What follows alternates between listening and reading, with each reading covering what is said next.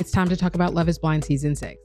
In this season, there are liars, there are cheaters, there are sociopaths, there are potentially serial killers, and worst of all, according to Netflix, there are mothers. At this point, Netflix isn't even trying. Lord have mercy. Hey guys, welcome back to my channel. My name is Mercedes, and today we're going to be talking about Love is Blind Season 6. We're going to talk about the first 5 episodes of the show. When you are watching this, the next couple of episodes have come out on Netflix, so we will be talking about episodes 6 through 10 later on this week. There will be spoilers on this show, so warning, spoilers. Let's just jump into the show with Nick and Vanessa, No One Cares Lachey. I thought after a couple of seasons ago, we said we didn't want them on the show anymore. Can we get them off the show? We don't care. For those of you who have never seen the show, this is how the show works. 30 people, apparently single, 15 men, 15 women, go into pods and have discussions with each other, and they cannot see each other. This is allegedly an experiment to check out if love is truly blind. Spoiler alert, it's not. At least not for the people that they decided to be on this show. This show started back in 2020, and they're already on season 6, which lets us know they are not vetting these people. They're doing basic background checks only. Because clearly, based on what we're about to see, they didn't even know who these people were. Middle names? We don't know them. Never heard of them. The first episode is titled Higher Love. We're not even going to address the preview of the show because it lasts like 5 minutes and it gives away the entire show. You know at least the skin tone of all the couples that end up making it to the end of the show. We head into the living quarters. The women and men have quarters that they stay in for the majority of the show, and we meet Dion. Don't worry, you don't need to remember him because we're never going to talk about him again. He's going to pop up sporadically like a Ghostbuster, but you're never going to know anything that happens to him on the show. So with that being said, we're only going to focus today on the people that they actually do follow throughout the show. And with that, we meet Jessica. Jessica has a child, which apparently is the most controversial thing that has ever happened on this show. But she wants you to know she is more than just a mother. She ain't going to tell nobody she's a mother at first. She's going to wait till they get to know her, but she eventually will tell them. The pods are now open and we're going to head into our first dates. I am so glad that I am not single. However, they go on 15 dates in the first day. That does kind of sound fun. Just talking for 15 dates. I could talk forever. So sign me up for talking. We start off with Trevor. Trevor says people usually judge him for his body. They say that he's just a muscular meathead, which he might be, but for now, we don't know. Trevor meets Chelsea, and they start off meeting each other by saying that Trevor's dog's name is Chelsea and Chelsea's dog's name is Trevor. Oh, Trevor's just a regular guy. Chelsea says she likes Coors Lights and sunsets. And Chelsea says that she's trying so hard to find a man that she just would randomly go to Home Depot looking for a single guy. Girl. Okay. Chelsea then meets Jimmy in a new date. Jimmy wants to travel the world. He means America, looking at the NFL and MLB stadiums. That is his dream. This guy is screaming romance at me, like get me on a date with this guy ASAP. And Chelsea lets us know she's a flight attendant. The end.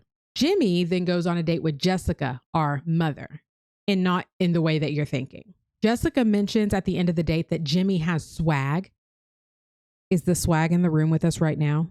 Jessica then goes on a date with a guy named Matt. Matt is like a chat GPT in a human form, in a body. Jess and Matt do not hit it off. So Matt moves on to Sarah Ann. Her dress looks amazing. I'll just give her that. Matt asks Sarah about her short-term goals, and honestly, her answer is longer than the goals that she has. She talks forever. In the amount of time that she's talking, Matt is humming, hawing, rolling his eyes. He's had enough. He decides to just get up mid-answer and walk out the room. And for that, I know people have given him a hard time online for that, but I feel it. It wasn't going to work. He knew it wasn't going to work. Leave the room. Exit. But with this, I immediately need to know the people who chose the 30 folks that were going to be in these pods. Are you telling me that in North Carolina, I don't know exactly where this is, somewhere in the Carolinas, these are the best people you could come up with? The best 30 singles that you could find? For real? Be so serious. Matt then meets AD. And let me go ahead and spoil it. I freaking love AD. I love her, and I love her outfits, and I love her personality, and I think she's precious. And that's on period. Go argue with the wall. I don't even want to hear your opinions. Not on AD, ma'am. Not on AD. Go talk to somebody else. Matt says he's not doing this to become a C-list celebrity. That's good to know. That's good to know. You're not going to be one. AD's from Boston. She's from Boston, Massachusetts. Wait, that's Massachusetts. Is that how you say it? Oh, geez. Oh, mercy, mercy, mercy. AD somehow comes out of this date liking Matthew. AD then meets Clay. Clay is smooth. He's smooth like butter. He feels very validated by AD. She seems like a person who could make anybody feel comfortable, including me. I love her. There's a couple of people just after day one that are just really feeling each other. We have Trevor and Chelsea. We have Jimmy and Jessica. All the dudes are creeped out by Matt, who doesn't talk to people. AD is kind of into Matt, but she's also kind of into Clay. And when AD lets the group know that she's kind of into Matt, the girls are confused beyond comprehension. They cannot believe she's talking about the same Matt that they went on dates with. And to be honest, neither can I. The girl turns around so quick when she hears that AD is into Matt. I thought she had whiplash. We never find out her name, but she was shocked. Absolutely shock, awe, terror. We do also meet Johnny and Amy in this episode. They go on a date. They're kind of boring on the date. They immediately hit it off. Yay. You always have one in a season that's just like, they're just not going to be problematic in any way and it's going to bore you, but you at least need somebody to be successful if you're going to have a whole TV show. So that kind of wraps up day one. Now, what I don't understand going into day two is I don't think everybody like redates everybody. I think you kind of narrow down your people and go on dates with specifically the people you hit it off with, but I don't know how much time they're spending on these dates. I really don't get a good understanding of what is happening on the show. So we go straight into day two. Clay and AD go on another date. Everybody has gold glasses. That's the one thing that drove me most crazy about this show is you don't have to have a gold glass everywhere. I get it. It's marketing. AD picks up that Clay is a ladies' man, which duh, girl, come on. Matt and AD do go on another date. Let me just say that her outfit in this moment, perfection. I'm going to say that about a million times. Banging. AD is protective of Matthew. She says that she hopes other people are being nice to him, which for me, girl, just date. You don't gotta save him. I have to say though, on this date, Matt is kind of charming. He does seem to be super into her and he kind of has loosened up that persona of, robotic Matt who only has specific questions that he wants you to answer and he doesn't want to answer any questions. He's kind of opening up. You know what I really don't miss about dating? Fake laughing. Dudes are not as funny as they wish that they were. And girls, you got to stop hyping them up because then they just keep telling bad jokes. Stop laughing. It ain't that funny. Anyway, moving on. Jess is super into Jimmy. If I close my eyes and listen to him talk, I guess he has a charming voice. Here's my disadvantage. I can see him. Moving on. Jimmy says he's looking for someone that will accept his family. It just sounds like he grew up without a lot of money. And so that made him insecure. I don't think that that's going to be problematic on this show because it sounds like everybody comes from a lot of hardship from their backstories. Jess is ready at this point to tell Jimmy that she has a daughter. And this stresses Jimmy out. He is pulling out the 3 strands of hair he has left. He doesn't know how to react to this. However, he does say that it's not a deal breaker and he wants to move on and talk about a little bit of something else. He does say that he's a first generation graduate, which is the only thing that I can relate to with Jimmy. The rest of it, Snoresville. I don't see it. I really don't, guys. Jimmy then goes straight into his date with Chelsea. He doesn't even get to take 3 breaths before Chelsea is like, oh, hey, girl, I also have something to tell you. I was married previously. So Chelsea was married when she was like 18 years old. She was married for 5 years. She got a divorce. Boom. End of story. Guys, these people are like in their 30s. You're bound to meet people who have kids and who have had divorces. Like where did you think that they were going to find these people? But Jimmy, he's just exhausted by the day. He's just looking for somebody without baggage that can go with him to a baseball game. That's it. Drink a couple beers. Chelsea then just starts crying and sitting on the floor and starts taking off her shoes. I don't know what's going on, guys. They've lost me already. You can tell we've already started narrowing down people super quickly because it's day 3 and we only talked to like 4 people in the previous day. So Chelsea goes on another date with Trevor. We are definitely narrowing things down for Chelsea. It's Trevor, Jimmy. I feel like we barely met any of the women involved on the show. I mean, or the men. There's 15 of each. I feel like we know 4 names from both groups, like 8 total people at this point. Trevor says that the last girl that he was with, he thought he was going to marry. Okay, Trevor, we can save that until another day. Chelsea then decides to tell Trevor that she was married and He's just kind of like, okay, okay, sounds good. At this point, Trevor has basically narrowed it down to just Chelsea. We're on day 3. Again, I don't know how long this shit lasts, but 3 days in, and Trevor's done. It's a done deal. So back to Johnny and Amy, which we saw on day 1. Johnny starts singing a song, and he is our absolute favorite part of the show at this point. He's giving absolutely 0 red flags, a little goofy, a little silly, very fun. We love him. Definitely our number 1 guy at this point. So they cut to Jamal and Alejandra. I hope I pronounced that right. For literally long enough for him to rip his pants, laugh, and move on. We get petition for more of Alejandra's story. She is freaking adorable. She is in the rooms hyping the girls up, and we get nothing from her. And that's a disgrace, Netflix. So then we cut to Mackenzie. She feels like she has found her man. Who's her man? We don't know. Women start to be kind of secretive and coy about who it is that they're dating. They're all like, he's my man, but they're literally all talking about the same 4 dudes. Sadie then chooses a night date with Clay. They have some like super cute moments, and then Clay says, yo, I have a really big ego, and either you tell me what your body looks like or I'm not proposing to nobody. Sir, why are you on this show? Why did you come on this show? He's also saying all of this while holding onto his big toe. AD is in absolute shock. I personally was in shock. And then AD immediately regrets going on this night date because like, what, bro? I mean, you could have thought that in your mind, kept it right up here. Point, I don't know if it's like day 57 or what. AD's on a date with Matt. He says he's been thinking about her nonstop.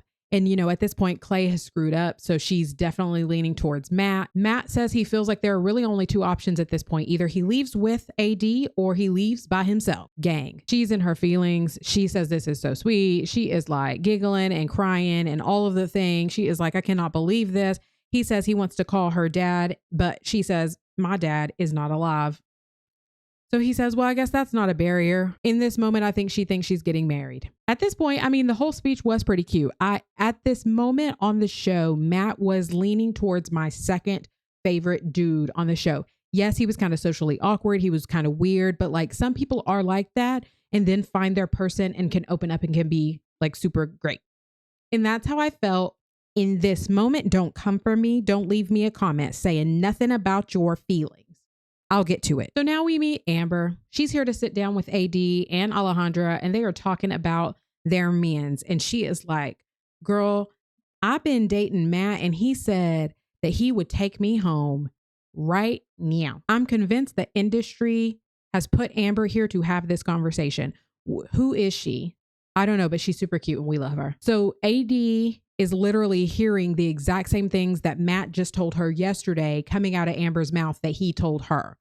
She is in shock. She handles this like a champ, but she's really sitting there like, ooh, girl, but doesn't know what to say. Again, she's flabbergasted.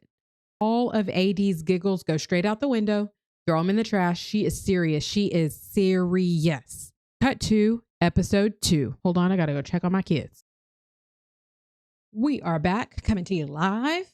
Now, why we don't start off this episode getting straight into the drama with AD, Matt, and Amber, I don't know, but we have to meet this guy named Jeremy. Jeremy's kind of picking on Matt. We've never really met this guy, but he's being silly, goofy, all of that stuff, and he tries to sit on Matt's lap. It doesn't really matter. My first notes on Jeremy are, Jeremy is a nope.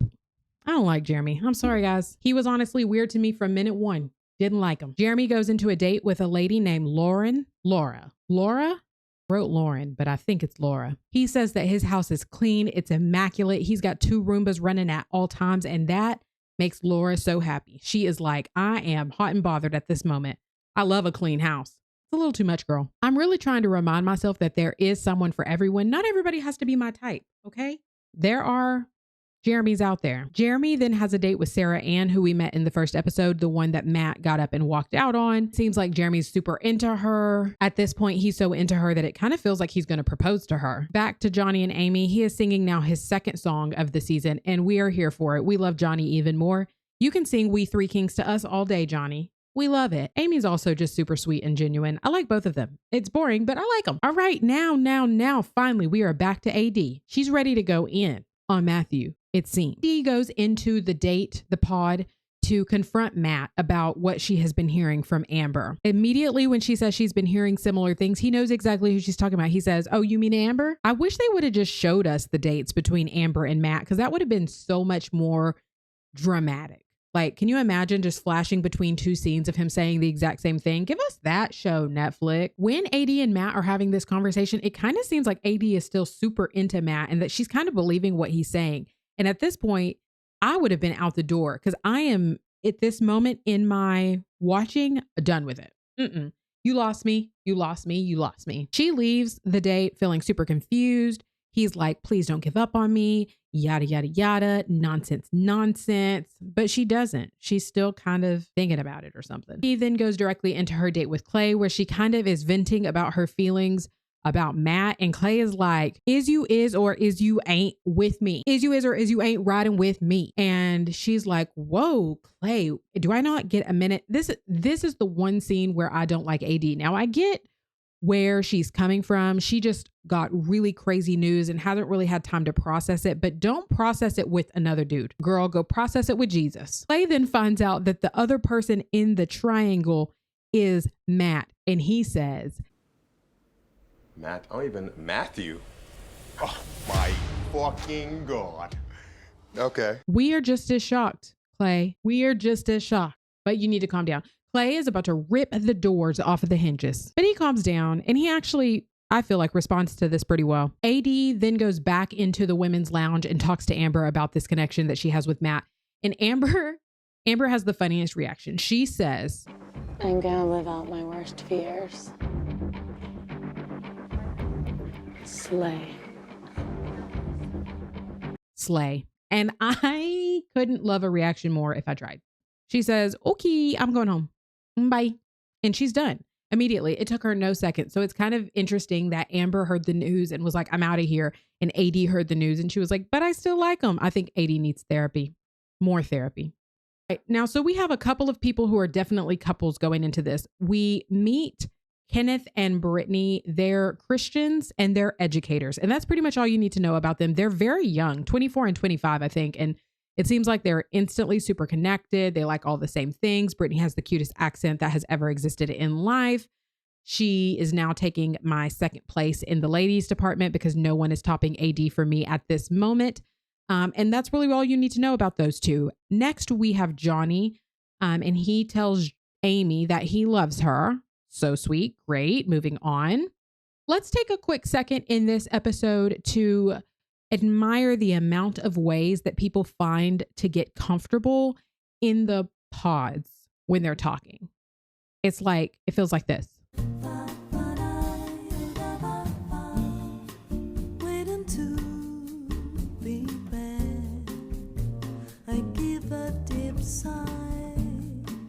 Girl, they will sit on anything.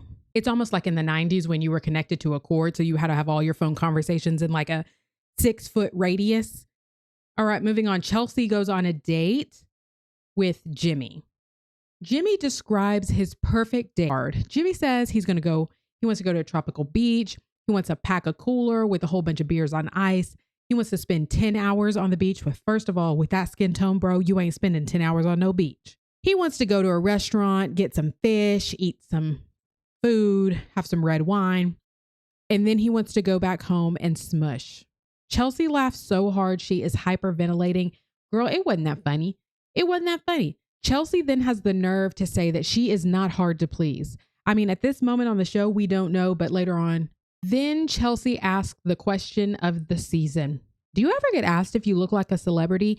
Jimmy says yes. And before he can even answer, which I assume his answer was like Peyton Manning, says, "Oh yeah, me too, all the time. But it's just because I have dark hair and blue eyes. So don't get excited." But I think it's like she's either married to MJG. What's his name? Oh, Gromold. MGK's wife or girlfriend. Is it MGK? I have no clue who that is, y'all. First of all, Chelsea, you know her name. You know who Megan Fox is. And girl, you've already been dragged enough for this comment, so I'm gonna let it go. Jimmy's face lights up. And this is the beginning of the manipulation of Jimmy Neutron. Cut to the room with the women, and Jessica is crying because she's about to go on a date with Jimmy and she is in love, girl. Her heart is in it. Again, I think we're 4 days in. I don't know how many days in we are. 4 days. They sit Dion down with Jimmy to have a conversation. Again, industry plant. Jimmy doesn't seem very hyped to be in this date with Jessica. He kind of has his mind made up. I mean, he's got Megan Fox on the other side. Girl, let it go. Let it go. Mercedes, let it go. Jimmy tells a story about his older sister being adopted. I'm not going to get into it much, but it really ties him and Jess together because Jess was also adopted. I think that this was intended to be like a heartwarming story for Jimmy, but it really was just a reflection of Jimmy's mom. It didn't really have anything to do with Jimmy. I don't know. I just didn't feel like it was as adorable as it was made out to be on the show.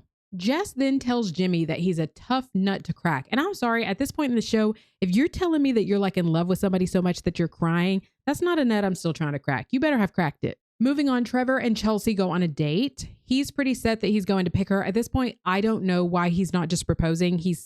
That's the only girl he's dating. Chelsea is still stuck between Jimmy and Trevor. They talk about a bunch of things that I don't care about, to be honest. Johnny and Amy get engaged. Yay, it's sweet.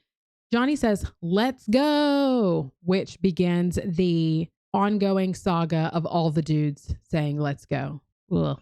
He runs out of the room and he clicks his heels. It's so cute. All right, back to AD. So Matt enters the pod. He's going through it because Amber has left the building. She has exited stage left. She's done.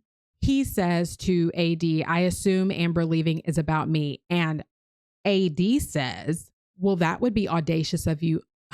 Okay, girl, with your big words. Guys, my vocabulary is not that big, so go off. AD says she still likes him. I really can't believe it at this point. Then realizes that Matt is like behind the wall crying because Amber left, and finally she's had it. She's had enough. The eyes start rolling. The real Matt starts talking about how he's the underdog of the show and America is watching and all of America is going to be on his side. Honestly, I don't know who he's talking to. I don't know if he thinks that he's like on the Truman Show and people give a crap of what's going on with Matt. They don't. Matt says it's not fair to AD, but he can't commit to her right now. So he's going to leave, and he leaves the room. He storms out and he says, "I'm going to get Amber." Bro, Amber's not available. She gone. And she don't want you. I can promise. Johnny and Amy get ready to see themselves face to face, and they talk into the camera a lot, and then cut to episode 3. They see each other. They make out for like the first minutes of the show. It's great. Moving on. Clay. Jamal and Clay sit down, and Clay just starts crying out of absolutely nowhere. It is very sweet. Jamal's shirt is also fire in this scene. Love it. Weird that he has on shaded glasses at all times, but you win some, you lose some. Jamal is definitely an industry plant. We have not seen him on this show. He is here for this one scene and this one scene only to get these emotions out of Clay. He lays his hands on Clay like he is trying to exorcise his demons. Hallelujah.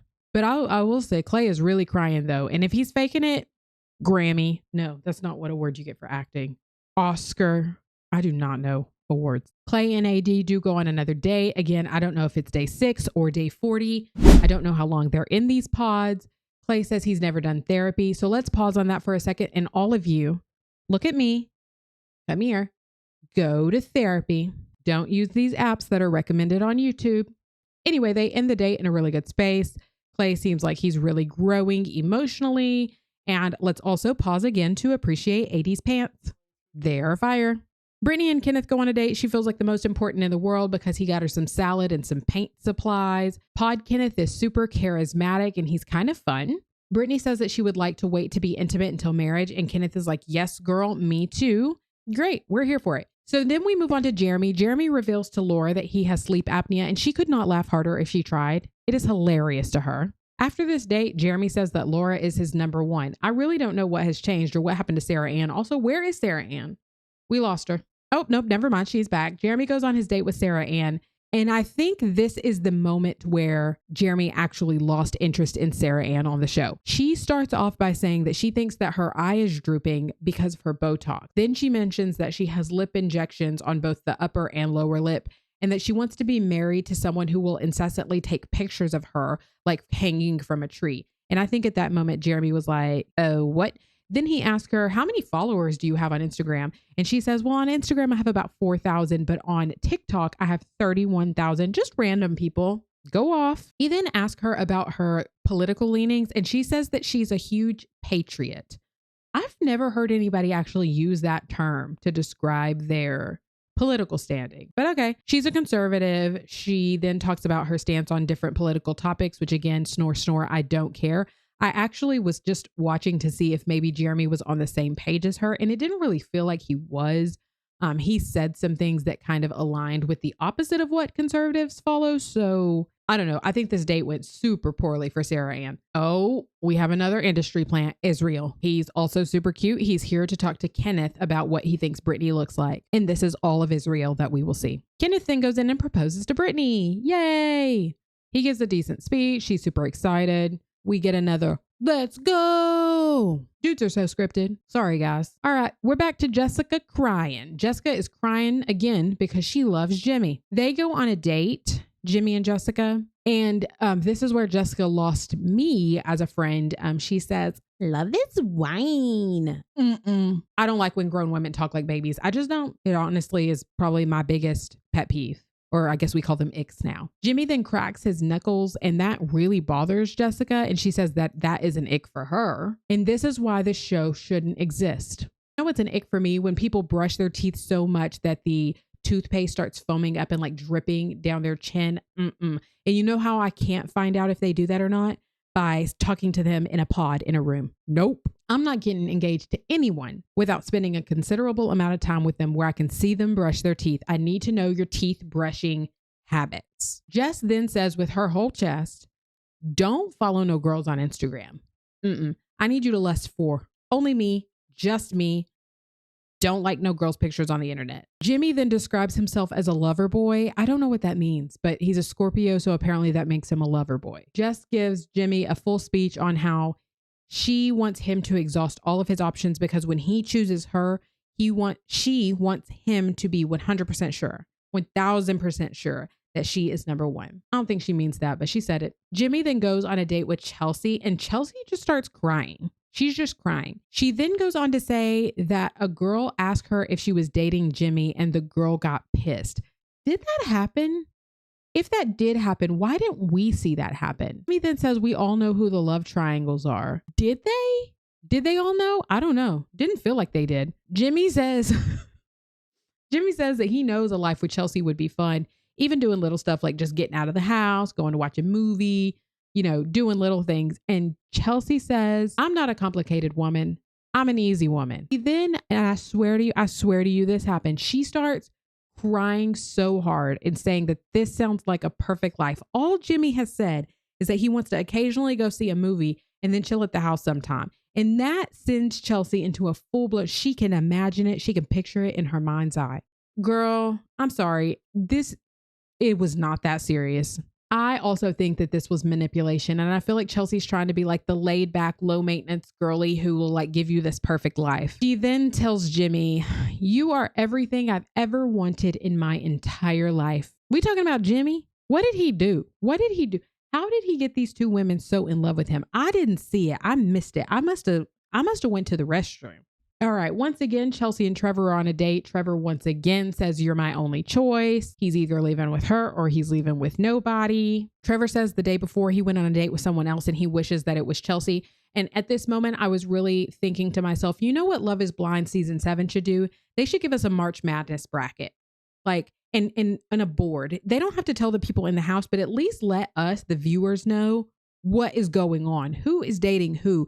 How many dates have they been on? Like, that would really help me to understand, because in my mind, these people have gone on like 3 dates at like hour-long intervals and are full-blown in love with people. It's like, it's giving we want to stay on the show for money. Trevor ends up telling Chelsea that he loves her. And when the date ends, Chelsea goes out into the little common area and tells everybody that Trevor says this. She then says that, this is just complicated because I still like Jimmy, and Jess overhears this and she storms off again. Jessica, therapy. Episode 4, let's go. Take a second to remind ourselves who the main players are at this point in the show. We have the Love Square, which is Trevor, Jimmy, Chelsea, and Jessica. We have AD and Clay, Jeremy, Sarah Ann, and Laura, or Lauren. And then we have the already engaged folks. We have Kenneth and Brittany and Johnny and Amy. So this episode is titled The Hardest Decision of My Life. Okay. Jeremy's the most uninteresting person on the show. Sarah Ann feels like she can be totally herself with Jeremy without being judged. Then Jeremy completely shuts down and says, honestly, I feel like we have a physical relationship, but I'm not feeling it really mentally, like there's nothing going on. And I honestly think this went way over Sarah's head. I don't even think she saw it. It just right on past her. She didn't get it because she continues on. She leaves the date and she's going on in the lounge about how her and Jeremy are going to get married. And it's like, I think he just told you in the room that you're not the one, but okay. Jeremy then goes into his date with Laura. Hold up. Let me freaking look. Give me a freaking second. It's Laura. Laura. I should correct on my notes, but I'm not going to. All right. So Laura is crying because she really likes Jeremy, but she doesn't like motorcycles and she doesn't like Hawaiian t-shirts. And those would normally be deal breakers for her. Question mark. All right. Moving on to other dates. Clay and AD walk into a room. I honestly feel like people know when they're going to get engaged on this show because AD walks into the room with like a full wedding corset on. It is white. It is shiny. She is giving all of the gifts. Clay reads a Bible verse and then he proposes. She says yes, as expected. And then he says, wait for it, let's go. Bet you didn't see that one coming. All right. Kenneth and Brittany meet face to face. I still love her. She seems really excited. But here's the thing. I swear to you guys, you can check my notes. You can talk to my best friend. I've told everyone about this. As soon as Kenneth and Brittany met in person, Ken gave me the vibes. Like, he turned into like this lip licking weirdo. Like, what up, girl? What up, girl? Like, where did Pod Kenneth go? Where did fun painting Pod Kenneth go? That's why I said earlier that the pod version of Kenneth was great because I didn't like this version. My notes say, oh God, Chelsea's back. And I mean that. All right, Chelsea and Trevor, I'm not going to lie, at this moment, I thought Trevor was going to propose, and as he should have. Chelsea walks in and she gets flowers. They also exchange like gifts to each other. He gives her Chelsea, the dog's collar. She gives him a bracelet that says, my heart will forever and always be yours. That seems extreme for not knowing if you're going to marry somebody. That's weird. Big weirdo vibes. I don't like Chelsea. I'm just going to say it. I don't like her. Trevor says, I love you again. No response. Jessica comes into her date with Jimmy so fast, so furious that she drops her damn drink. Not really drops it, but she spills it. I mean, she comes through that door lying. Jess really likes Jimmy. So Jess decides to give Jimmy a letter that she wrote to her future husband a couple of years ago, and he reads it. And I know that Jess was expecting this one to hook him for sure. I think Jess really thought that he was kind of on the fence about her, but did not know the levels of fence that he was on. Jimmy reads the note and my notes say Jimmy is giving me nothing. He's giving beans and rice. He's giving us, I have no idea what I'm doing on the show. He says he needs to think on it a little harder because she does have a kid. And at this point, Jess is unhappy, to say the least. Jimmy's sitting on his little thing. He needs to pull his damn shorts down. But Jess is telling him, listen, I've said everything that I came here to say. I don't have anything else to tell you. Now at this point, you need to make up your mind. And I don't like how this is going. Jimmy says to her, how I feel about you goes without saying. I don't like Jess. But at this moment, we became the same person and we both went, goes without saying. What's that even mean? Like, the whole point of this show is to come out here and say something. Jess then says something so on point. She says, I think you like the idea of dating someone as direct as me, but I think you need someone who coddles you. And that is an accurate statement. I think he likes that too, but he can't handle it. And I think at this moment, he made his mind up and decided, I ain't going to be with somebody who talks to me like this because I can't handle it. Just because I don't vibe with her and I don't like her doesn't mean that she didn't handle this situation very well. I think so. Again, go argue with the wall. Jimmy is so torn. He's sitting here talking to 25-year-old Kenneth, who is apparently the wise one in the group. Jimmy he goes out to his date with Chelsea and he's upset based on his conversation with Jess. Jimmy wants to talk about something that's light and Chelsea's like, no girl, you need to tell me what's going on. Chelsea is ing this man to death. Because I know she is burying her feelings deep, deep down inside of herself. Then out of I swear to you nowhere, Jimmy says, I love you, Chelsea. And this is where I got so lost. Like, what is happening? What happened between then and now that made you so sure that you were in love with Chelsea?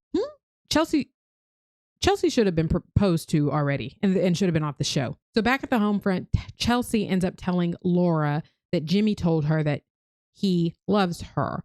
Laura then gets directly up out of her chair and goes and tells Jessica, girl, you need to leave. You need to leave. You just need to trust me. I'm not going to tell you anything, but you need to leave. Also, there's another blonde girl sitting on the couch. They forgot to tell us about her. Jessica is in shock and all the girls are super supportive of her. Oh, the blonde girl's name is Mackenzie. We got a name. Do we know her? Laura should have known that there was no way Jessica was about to leave the show without blowing up Jimmy's spot. Not a chance. She ain't leaving. All right, now Clay and AD meet in person. They're engaged now.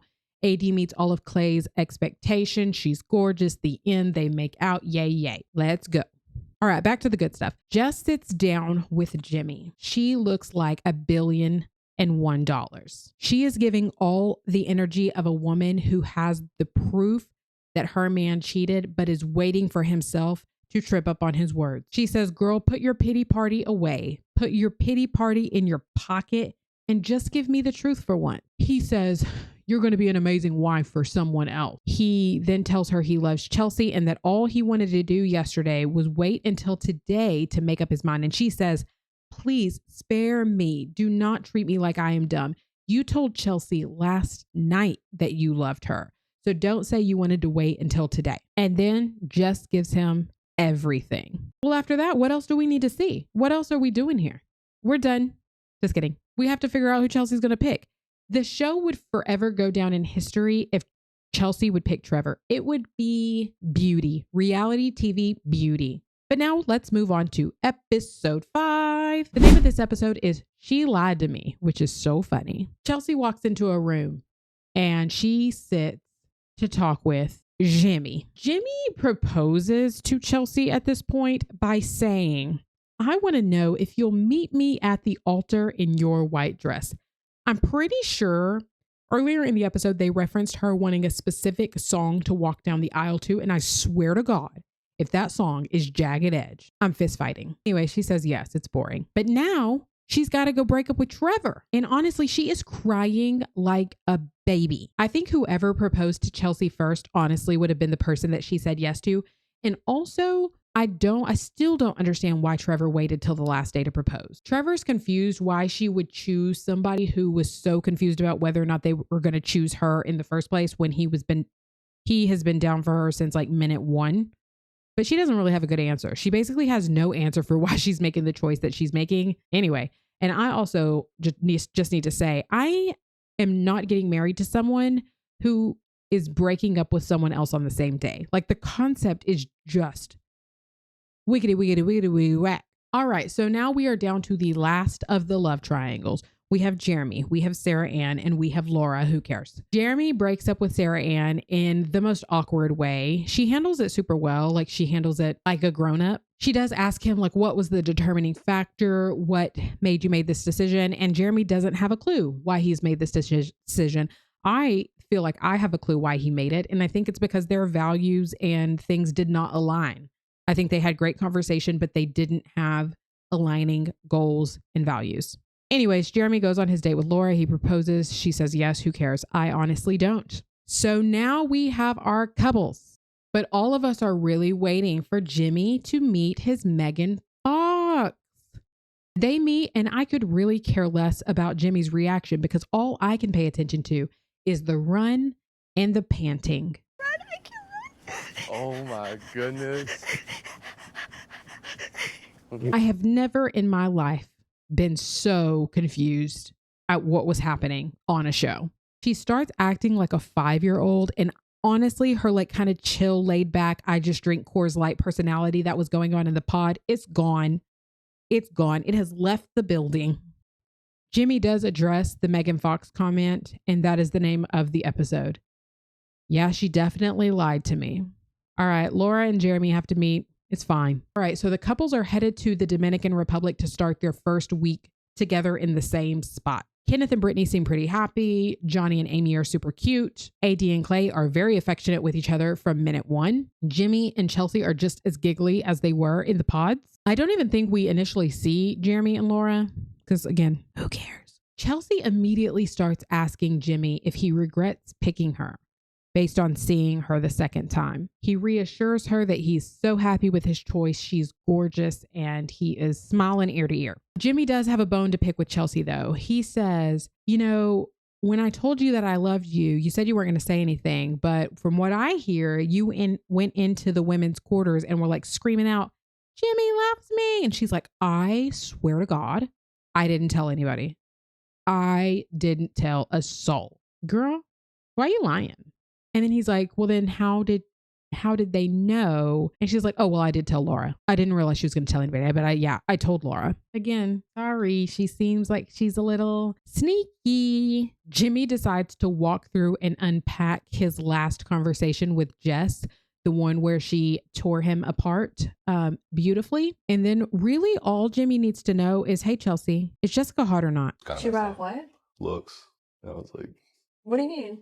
like she told me that I'll like be holding my breath when I see what she looks like, you know. Like on a scale, how hot is she though? Is she hot? Is she like Megan Fox hot? Just kidding. All right, there's Laura and Jeremy. They're making out. Seems fine. Jeremy's kind of tipsy, so I'm going to give him a pass on me disliking him even more on this trip than I did while he was in the pods. We get through a couple of quick scenes of all of the couples. There's really nothing groundbreaking in these clips of the other couples, but we do get back to Chelsea and Jimmy, and they are laying in bed with each other. And at this moment, she is insufferable to me. He asked Jimmy, what's the first thing that you noticed about me when you first saw me? And Jimmy thinks about it for a second. And he's like, well, I'll give you the PG version. And he says, the first thing that I saw about you was that you had pretty teeth. And she looks at him like, try again. So she's like, well, you said the PG version. What was the other thing? Like, what did you see? And he was like, well, you had big boobs. I mean, Jimmy's a simple man, guy. He's a simple man. You got big teeth and you got big boobs. And she says, well, what I noticed about you was your beautiful eyes. That's a cute answer. Girl, if you wanted a specific answer, just tell him what you wanted him to say. Don't tell him what to say. That's annoying. She then asks, do you still like me? And with a giant smile, he says, yes, I do like you. Then she says, do you still feel the same way that you did about me in the pods? And again, he says, yes, very strongly. And she says, are you sure? Like, girl, give it a rest. Give it a rest. We're on day one and you have asked no less than 4 times if this man likes you. He's sitting there, ain't he? He's sitting there, ain't he? And then I swear to you, she says, did you like me more in the pods than you do now? Get me out of here. I mean, Jimmy's really good at giving reassurances, but I could not do this. And that is the end of episode 5. So here's my slight wrap up. There are only 2, maybe 3 couples that I see making it even past this like little pre-honeymoon thing. That's Johnny and Amy, Kenneth and Brittany. And if I had to pick a third, I would probably say AD and Clay. I see no chance of Laura and Jeremy making it. I see no chance of Chelsea and Jimmy making it off of the Dominican Republic island. I definitely wish that in future seasons, we could get just a little bit more information about the other people that are on the show. I mean, they took off from work. At least give them one scene. You can make it an extra or something, but I mean, how disrespectful. We also need to talk a little bit more about vetting of the candidates because number one, Matt should have never made it on the show. There should have been nobody who was like, you know what? Matt is going to make a great husband to somebody. No, he wasn't.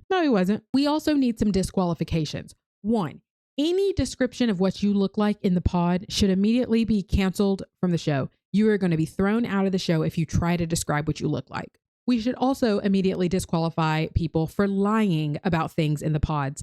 The people who are watching these people in these pods know the truth. They can tell if somebody is lying to 2 people at the exact same time. Kick them off the show.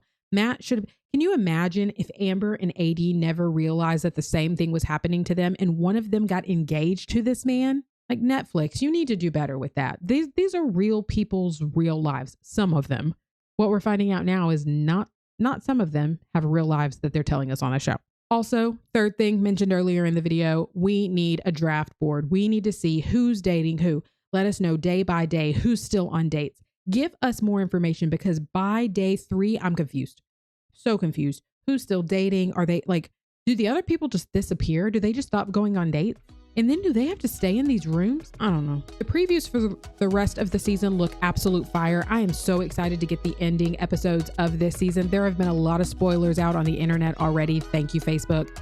But for now, we're going to leave it here. I want to know in the comments who your favorite couple is. Who's your favorite person? Who do you think should have matched that didn't match? We're going to head out for the night. But until next time, just go download the app Bumble. It's a better option. Bye. Me on the other side of the pods on Love is Blind, just being like, I don't want to be here.